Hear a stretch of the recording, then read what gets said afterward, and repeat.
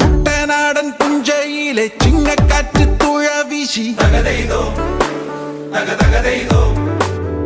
കർക്കിടകപ്പാടി താണ്ടി സൂര്യനങ്ങെ കരയെത്തി. ഈ ചുണ്ടൻ വള്ളക്കേളി കാണാൻ പോരൂ ചെറുകുഞ്ഞാറ്റേ, ആർപ്പോയി റോത്തു വിളിക്കാൻ വായോ ഇനി മാളോരേ.